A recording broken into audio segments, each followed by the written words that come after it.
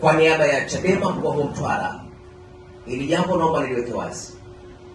Leo tarehe 30 ya mwezi wa 7 ni miongoni mwa siku ya historia kwa chama chetu hapa mkoa wa Mtwara. Pamoja na mambo yetu mengine yote ambayo tumeyafanya, lakini naomba nitoe matamko ya mambo makubwa mawili. Jambo la kwanza, na hili naomba pia Tanzania walisikie na walielewa. Sisi Chadema mkoa huu wa Mtwara tunalaani kwa nguvu zetu zote juu ya wale ambao tuliwachagua kwa viongozi wetu wa kuiongoza Chadema kwa muda wa miaka 5 kutoka pale tulipowachagua kutengeneza namna ya usaliti ndani ya chama.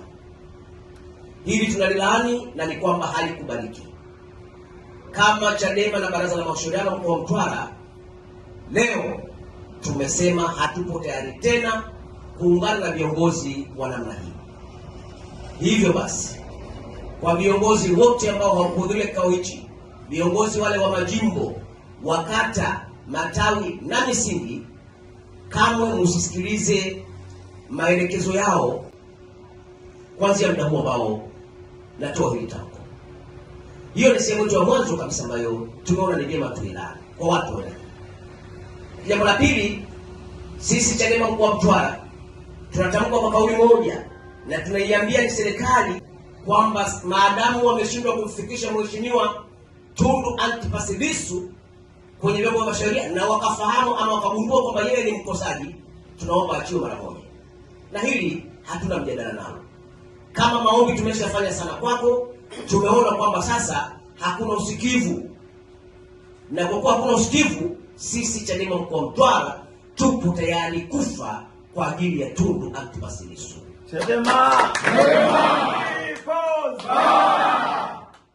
Kwa mantiki hiyo, tumie nafasi hii kuwaomba ama kuwataka, kwa sababu maombi yamefika mwisho wake, kuwataka viongozi wanaosimamia kesi ya Mheshimiwa Lissu, kwa sababu hawana kipengele chochote kile cha kutia hatiani, tunaomba achiwe mara moja.